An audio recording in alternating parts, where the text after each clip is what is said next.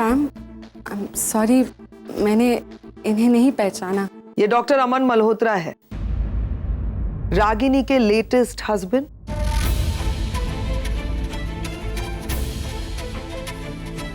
मतलब रागिनी ने दूसरी शादी कर ली है? या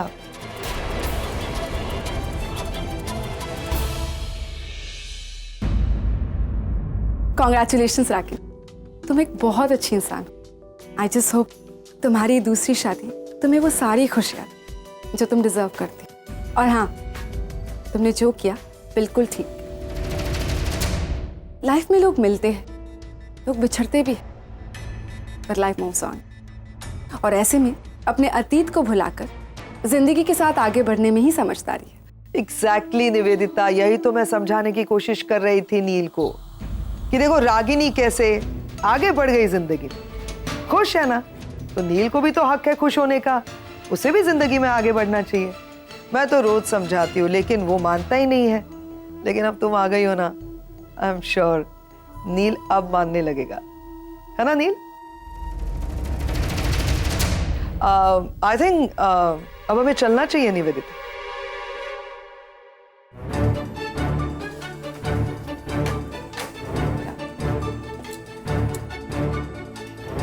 नील अब चले?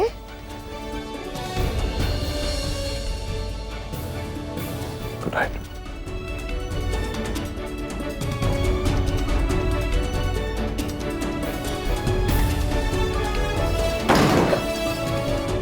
रागिनी, ये निवेदिता उसकी बहन है ना? हाँ माँ। हाय आगम, डिनर कैसा था? डिनर माइंड ब्लोइंग था, इतना अच्छा था कि अब तक बहुत सारे। बाय द वे, तूने डिनर पे क्या पहना था? मैंने क्या पहना था? मैंने केडिया पहना था। व्हाट? रुक रुक रुक दिखाता हूँ। ये गुजराती ट्रेडिशनल आउटफिट केडिया, बहुत कूल है ना? तूने ये पहना था? आई एम श्योर आगम तू बहुत ज्यादा फनी लग रहा होगा। ऐसे लग रहा होगा तूने कोई फ्रॉक पहनी है। ओ हेलो, तू यहाँ पे हंस रही है, वहां पे लड़कियां मेरे स्टाइल पे मर रही थी। और सुन सुन सुन, मेरे पास एक आइडिया है। अगर मैं इसको ये पूरा काट दूं तो तेरे लिए बहुत कूल सा फ्रॉक बन सकता है। नहीं, इट्स ओके। अच्छा सुनना, एक बात बताता हूँ। हाँ बोल। पता है, आज पहली बार मुझे पता चला कि खाने में भी इमोशंस होते हैं। मिठाइयों से रिश्ते जुड़ते हैं और निवालों से ना प्यार बढ़ता है। तूने एक्चुअली बहुत कुछ मिस किया। I know. ये आगम, तूने मॉम और निशु को मेरे गिफ्ट दिए? आई एम सॉरी एक्चुअली मैं भूल गया। नहीं भूल नहीं गया, मेरे को टाइम ही नहीं मिला। आगम मुझे ना तुझ पे अभी फुल डाउट हो रहा है। तूने मेरे गिफ्ट किसी लड़की, ओ हेलो, तुझसे ना कोई काम करने की उम्मीद ही नहीं रखनी चाहिए। रणबीर भाई कहाँ है? ओ हेलो रणवीर, वो तो मुझसे भी गया गुजरा है। पता नहीं कितना बोरिंग इंसान है ये, और हमेशा अपनी बहती नाक पूछता रहेगा। छोड़ना आगम, वो जैसा है ठीक है ना, अब क्या कर सकते हैं। अरे बट इतना फर्क, कभी कभी तो मुझे लगता है कि वो हॉस्पिटल में ना एक्सचेंज हो गया होगा। आगम प्लीज, कुछ भी। उसकी आंखें देखकर ना लड़कियां डर जाती होगी। अरे मुझे भी आंखें दिखाकर डराता रहता है, पता नहीं किस बात का टेंशन है उसको। हर बात पे गुस्सा हो जाता है। इस बात पता है गुस्सा क्यों है? क्योंकि मैं निशी और आरव से मिलता हूँ। अरे मेरे भाई बहन है, मैं क्यों ना मिलूं? I think it's just jealous. आगम वो नहीं बताने दे भाई, ये तो क्या हो गया? अरे आईफल टावर जितना लंबा हो गया है, बट दिमाग से वैसा ही है। आगम मेरी एक बात। अरे नहीं बोलने देना, बड़ा भाई ये तो क्या हो गया? हाँ मेरे को भी इतना गुस्सा आता है ना, वो तो बड़ा भाई है ये सोच के मैं चुप रहता हूँ, वरना ऐसा पंच मारूंगा ना। क्या कह रहे थे तुम? हाँ मारेगा, मारना, आजा। सुहारी देखो, भाई आ गया। हेलो बोलो हेलो। नहीं तुम कुछ कह रहे थे अभी सुहानी से। मैं तो कुछ नहीं, वो सुहानी से बात कर रहा था। तो हाँ भाई, ये कह रहा था कि आपकी आंखें डरावनी, आप लंबे हो, लेकिन आप में अक्ल नहीं है। अरे सुहानी क्या बात कर रही हो? वो एक्चुअली नेटवर्क इशू है, तुम ठीक से सुन नहीं रही हो। मैंने कहा कि भाई कितना टॉल है, हैंडसम है, सो गुड लुकिंग है ना। अच्छा ये सब बोल रहा था? सच्ची में प्रॉमिस। और वो सब क्या था? वो पंचेज, आईफल टावर, वो सब क्या? ये सब तो मैंने कुछ बोला ही नहीं। वो हाँ, वो आपको मारने के लिए कह रहा था। नहीं मारेगा तू मुझे? नहीं झूठ बोल। नहीं मारना। सुहानी झूठ मत बोल।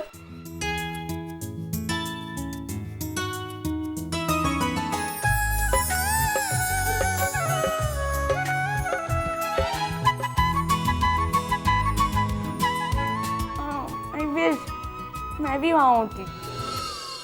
तो चिंता मत कर रागिनी, सब कुछ ठीक हो जाएगा। ये सारे एफडीज मिलाकर भी माँ सिर्फ 43,000 ही हो रहे हैं। इससे तो हमारी आधी जरूरत भी पूरी नहीं होगी। कम से कम 2-2.5 लाख का खर्चा है। कहाँ से आएंगे इतने पैसे माँ? रागिनी, जब मैं बीमार थी तब तुमने अपनी सबसे बड़ी एफडी तोड़ी थी। अगर उस वक्त में क्या याद आया, देख तो। माँ इसमें काउंट करके देखो ना कितने हैं। हाँ देखती हूँ।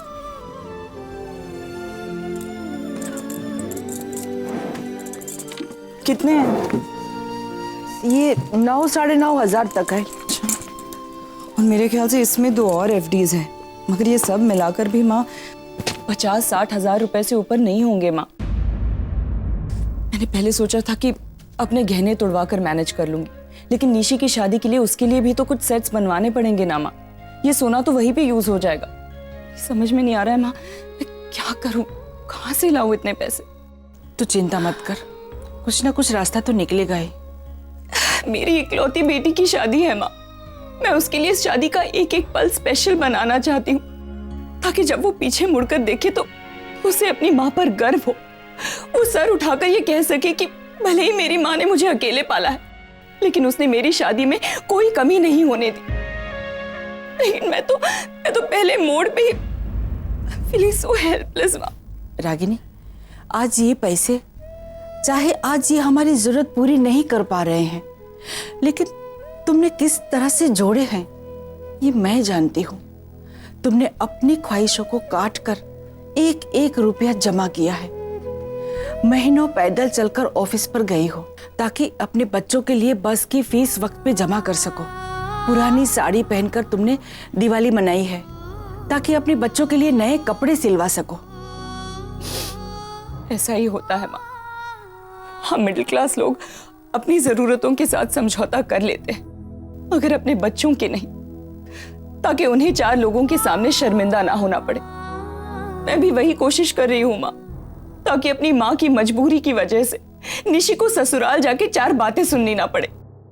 रागिनी, हम जिग्नेश के माँ बाप के साथ बात कर सकते हैं शायद। अब उनसे क्या बात करूँ माँ? शादी के 4 फंक्शंस का खर्चा वो लोग ऑलरेडी मेरे साथ बांट रहे हैं। अब अगर उनकी दादी ये जिद पकड़कर बैठी है कि ये एक फंक्शन लड़की वालों की तरफ से होना चाहिए, तो मैं उन्हें मना नहीं कर सकती हूँ माँ। रागिनी, हम अमन से लोन ले सकते हैं? नहीं माँ, डॉक्टर अमन और मैं सिर्फ अच्छे दोस्त हैं। अपने पर्सनल प्रॉब्लम्स में मैं उन्हें इन्वॉल्व नहीं करना चाहती हूँ माँ। कुछ प्रॉब्लम्स मुझे अकेले ही सॉल्व करने होंगे। ऐसे ही नील वाले मामले में मेरे हस्बैंड बनने का नाटक करके वो मुझ पे बहुत बड़ा फेवर कर रहे हैं माँ। और रही लोन वाली बात, माँ मेरी सैलरी से पहले ही एजुकेशन लोन की इंस्टॉलमेंट्स कट रही हैं। मैं एक और लोन अफोर्ड नहीं कर सकती हूँ। मुझे समझ नहीं आ रहा है माँ कि मैं करूँ तो क्या करूँ। रागिनी,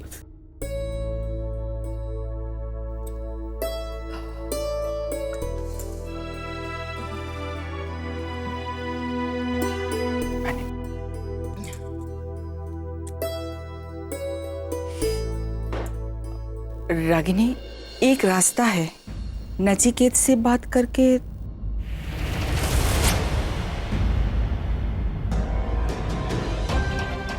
आप ऐसा सोच भी कैसे सकती हैं माँ? आज तक अपनी जिंदगी में हजारों क्रिटिकल सिचुएशंस का सामना किया है मैंने। अगर नचिकेत की हेल्प लेनी होती तो तब नहीं ले लेती। माँ आप अच्छी तरह से जानती हैं कि मुझे मेरा सेल्फ रिस्पेक्ट अपनी जान से भी ज्यादा प्यारा है, जो मुझे आपसे और पापा से मिला है। आप दोनों ने ही तो मुझे हालातों से लड़ना सिखाया है माँ। और आज आप ही, क्या आपको आज अपनी बेटी पर विश्वास नहीं रहा माँ? ऐसी बात नहीं है बेटा, मैं मर जाऊंगी माँ, लेकिन उसके सामने हाथ नहीं फैलाऊं। मैं समझती हूँ रागिनी, पर कोई ना कोई रास्ता निकल आएगा माँ, कोई ना कोई रास्ता जरूर निकल आएगा। आज तक हर बार भगवान ने मेरा साथ दिया है क्योंकि हर बार मैं सही थी, और मैं जानती हूँ आज भी वो मेरा साथ देंगे क्योंकि आज भी मैं अपनी जगह पर सही हूँ। डिम्पी, तुम कोई होटल जानती हो क्या इस एरिया में? आप एक मिनट, होटल क्यों? तुम होटल में रहोगी? एक्चुअली पैम घर से निकलने से पहले मैंने रिजर्वेशन किया था। नील से मिलने के लिए इतनी ईगर थी कि एयरपोर्ट से डायरेक्टली रेस्टोरेंट पहुंच गई। नील, आई होप तुम सुन रहे हो। नहीं मतलब तुम्हारा इंतजार करते करते उसकी होटल की बुकिंग कैंसिल हो गई। She is homeless right now. पैम, I said sorry to her. पैम please, तुम नील को क्यों बोल रही हो? नील की कोई गलती नहीं, गलती तो मेरी है। अगर मैंने टाइम पे चेक इन किया होता तो ये सब होता ही नहीं। निवेदिता, तुम्हें होटल जाने की क्या जरूरत है? इतना बड़ा घर है, तुम यहीं रह सकती हो हमारे साथ। That's really sweet of you, Dimple. पर ऑनेस्टली मैं नहीं चाहती कि मेरी वजह से आप सबको कोई भी तकलीफ हो। निवेदिता, किसी फिल्म में सुना था कि अपनों के साथ रहते हैं तो खुशी होती है, तकलीफ नहीं। तो you know what I am saying, कोई तकलीफ नहीं होने वाली यहाँ पर अगर तुम रहोगी तो, है ना नील? और वैसे भी आई एम श्योर नील और हम सब तुम्हें इतनी लेट रात को अकेले जाने भी नहीं देंगे। हाँ,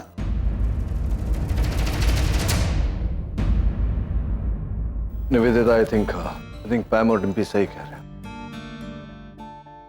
ओ माय गॉड, हम क्यों इतना डिस्कशन कर रहे हैं?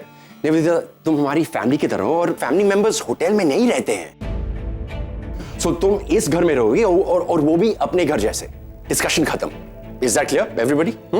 एक मिनट, करंट डिस्कशन खत्म नहीं हुआ है क्योंकि निवेदिता सच बताओ, तुमने कुछ खाया है? एक्चुअली निवेदिता अगर भूखी है तो उसकी वजह मेरा प्यारा भाई नील है ना नील? नहीं, आई एम श्योर तुम भी जानती हो, you going on saying sorry to Nivedita, और तुम्हारी वजह से वो होमलेस है और शी इज हंग्री। तो क्यों नहीं तुम और निवेदिता दोनों बाहर जाओ डिनर के लिए? अच्छी वाइन होगी, अच्छा डिनर होगा, अच्छी बातें होंगी, कॉम्पेंसेट करने के लिए। हाँ, जैसा तुम्हें ठीक लगे पैम। Thank you.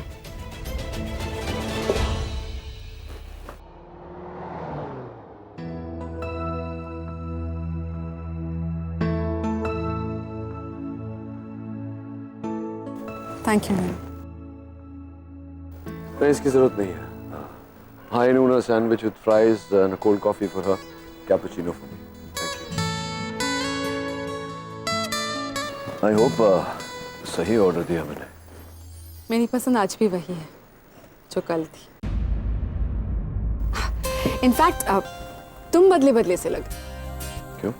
लाइक पहले वाइन प्रेफर करते थे, आज कॉफी ऑर्डर कर रहे हो। इतनी पुरानी बात था, अभी याद है तुम्हें? जब तुम मेरे बारे में याद रख सकते हो तो मैं क्यों नहीं याद रख सकती?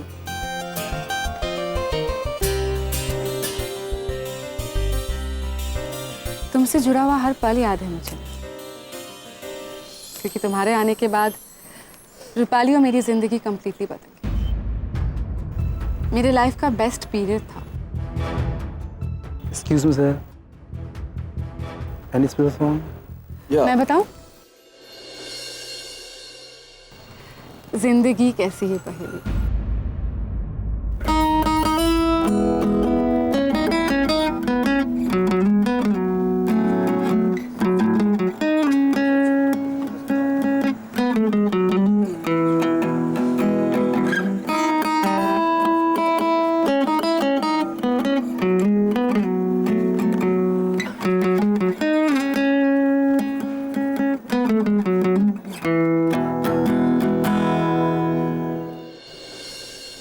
रूपाली दिन रात ये गाना सुना करती थी। थैंक्स टू यू, तुमने उसे आदत डलवाई थी इस गाने की। हर वो चीज जो तुम्हें पसंद थी उसने अपनी फेवरेट बना ली थी। निवेदिता, ये मेरे और रागिनी की शादी के पहले की बात है। Yes I know. तुम्हारी शादी होगी और जो कुछ भी हुआ। एनीवेज, तुम्हें पता है मैंने कभी सोचा ही नहीं था कि हमारी फिर से मुलाकात हो, पर जैसे ही मुझे पता चला कि तुम इंडिया आए हो, मैं अपने आप को रोक ही नहीं पाई। तुम्हारी शादी हो गई या बेकवारी हो? तुम जैसे कोई मिला ही नहीं। मैंने कहा ना कि तब मैं बहुत छोटी थी, डेट वेट क्या होता है कुछ नहीं पता, लेकिन ये जरूर जानती थी कि लाइफ पार्टनर हो तो तुम्हारे जैसा। जाने अनजाने मैंने ये तय कर लिया कि जिंदगी में तभी आगे बढ़ूंगी जब नील जैसा कोई मिलेगा। तुम जैसा ना कभी कोई था, ना ही कभी होगा। ऐसा नहीं है निवेदिता। आई एम श्योर जल्द ही तुम्हें तुम्हारी उम्र का कोई अच्छा साथी जरूर मिलेगा। मेरे लिए उम्र मायने नहीं रखती, जज्बात मायने रखते हैं। नहीं, इंसान शरीर से नहीं दिल से जुड़ता है। मैंने लाइफ में कई रिश्ते जुड़ते हुए देखे, टूटते हुए भी देखे, लेकिन जब एक रिश्ता नाकामयाब होता है, जीने की उम्मीद ही खत्म हो जाती है। इसीलिए मैं अपने रिश्ते में कोई समझौता नहीं करना चाहती। मैं समझ सकता हूँ, फिर भी इनफैक्ट पार्टनर अगर उम्र में बड़ा हो तो लाइफ इजी हो जाती है। वो हर सिचुएशन को मैच्योरली हैंडल कर लेता है, सारी रिस्पॉन्सिबिलिटीज ले लेता है, हम खुद को उस पर सौंप सकते। अब रागिनी को ही देख लो, वो अपने हस्बैंड से डेफिनेटली उम्र में बड़ी है, पर दोनों खुश हैं, दे हैप्पी। अब मैं भी अपने दिल के मिलने का इंतजार कर रही हूं। वैसे मैंने पहल तो कर ली है, बस आगे से जवाब का इंतजार।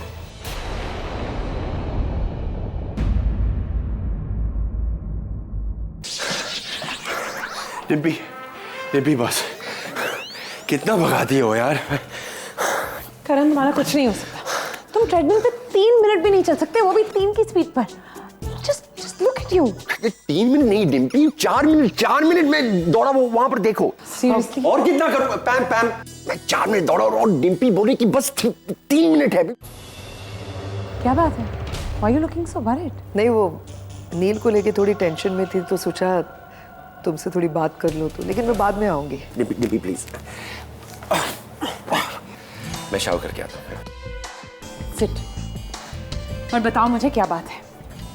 You know what, ma'am? तुम खामखा की स्ट्रेस लेती हो। Why don't you just give Neil some time? 15 साल तो ले लिए ना उसने। हम तीनों जानते हैं डिम्पी। तो फैक्ट इज वो नहीं भुला पाया है रागिनी को। वो आज भी उसी के बारे में सोचता है। डिम्पी वो टूट गया है अंदर से। मैंने देखा है उसे पिछले 15 सालों से।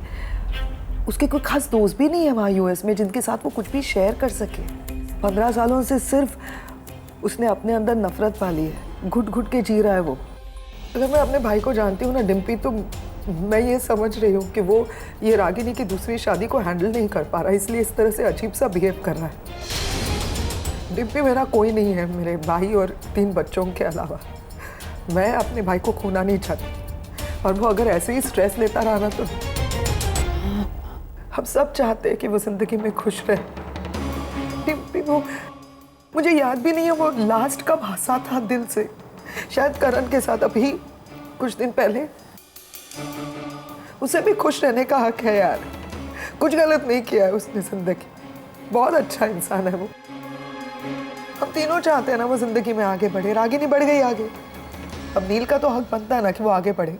और वो आगे तभी बढ़ सकता है जब निवेदिता उसकी जिंदगी में आएगी। कैसे तैसे तो मैंने उन दोनों को बाहर भेजा है, कन्विंस किया मैंने नील को कि जाओ निवेदिता के साथ डिनर करने। आई होप कि वो निवेदिता के साथ कंफर्टेबल हो। आई होप निवेदिता उसके दिल में उतर जाए। आई होप सब ठीक हो जाए। आई होप मेरा भाई फिर से जीना सीखे। Dimpy Relax. Nivedita and Neel. Neel and Nivedita sounds good ना? बहुत अच्छे भी लगते हैं दोनों साथ में। मुझे अच्छे लगते हैं दोनों।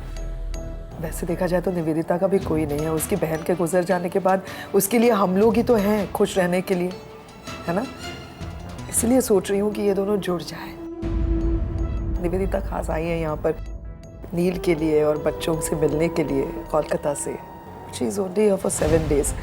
तो इन 7 दिनों में मैं चाहती हूँ कि बस सब कुछ ठीक हो जाए, वो दोनों एक साथ हो जाए।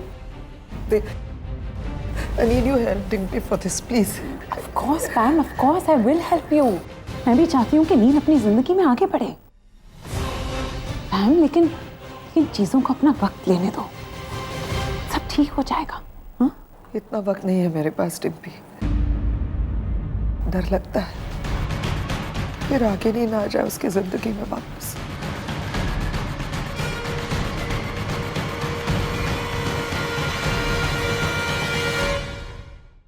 मुंबई बहुत मिस किया मैंने इस शहर को। दुनिया के किसी भी कोने में क्यों ना चले जाओ, इस शहर जैसा मजा कहीं नहीं आता। I just love this city. And I don't. मैं कभी भी शहर को छोड़कर जाना नहीं चाहती थी नील। मेरा पूरा बचपन गुजरा है यहाँ। ढेर सारी यादें जुड़ी हुई है, कुछ अच्छी तो कुछ बुरी। निवेदिता, हालात से भागकर कुछ हासिल नहीं होता। मैं जानती हूँ नील, पर मेरे पास कोई ऑप्शन नहीं था। पहले रूपाली चली गई,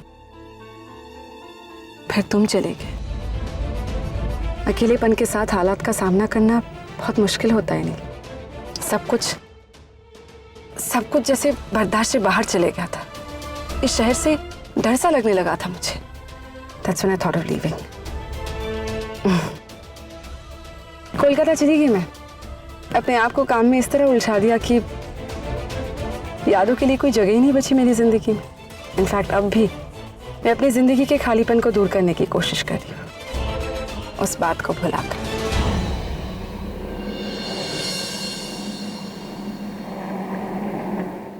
नील, क्या हुआ?